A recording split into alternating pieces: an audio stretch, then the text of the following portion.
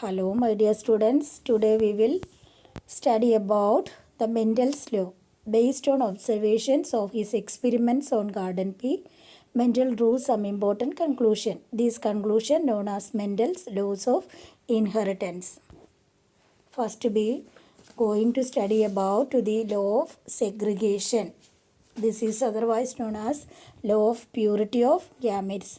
During the formation of gametes, eggs or sperm, the two alleles responsible for a trait separate from each other. Alleles for a trait are then recombined at fertilization, producing the genotype for to the traits of the offsprings. Applying this law of segregation, when pure breeding red and white flowered varieties are crossed, they formed red flowered individuals only in F1 generation. But after fertilization of F1 generation, plants red, the individuals of F2 generation thus formed were red flowered and white flowered in the ratio 3:1. This ratio is known as monohybrid ratio. The two contrasting characteristics have thus segregated or separated in F2 generation. The law of segregation states that each individual has two factors for each traits. The factors segregate or separate during the formation of gametes. Each gamete contains only one factor from each pair of factors. Fertilization gives each new individual two factors for each traits. Then pass on to the law of independent assortment. The law of independent assortment, alleles for different traits are distributed to sex cells and offspring independently of one another. This law can be illustrated using dihybrid cross. The principle of independent assortment was explained by Mendel with the help of dihybrid cross involving characteristics of cotyledon color, yellow round and seed-shaped round wrinkled.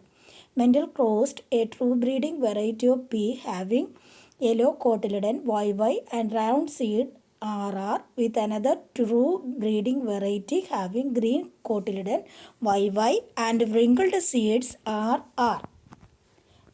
When a dihybrid or a polyhybrid forms of gametes, each gamete receives one allele from each allelic pair, and the assortment of the alleles of different traits during the gametes formation is totally independent of their original combinations in the parents.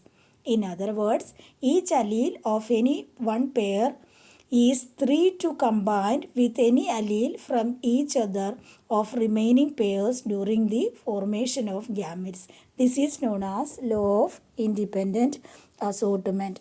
So, in the case of law of independent assortment, in the generation when two pairs of independent alleles are brought together and then these are combined together into the F1 generation and then it segregates and then independently or freely expressed at next generation. The next law, that is the law of dominance. The Mendel's first experiment were the variety of garden pea that differed only one visible characteristics. This is known as monohybrid experiments. When Mendel crossed with one characteristics in the cross of parents that are pure and contrasting traits, only one from to the trait will appear in the next generation. All the offsprings will be heterozygous and express only the dominant trait. For example, the red color yield crossed with the white color yield, and their F1 generation or are round crossed, and so this is known as the law of dominance.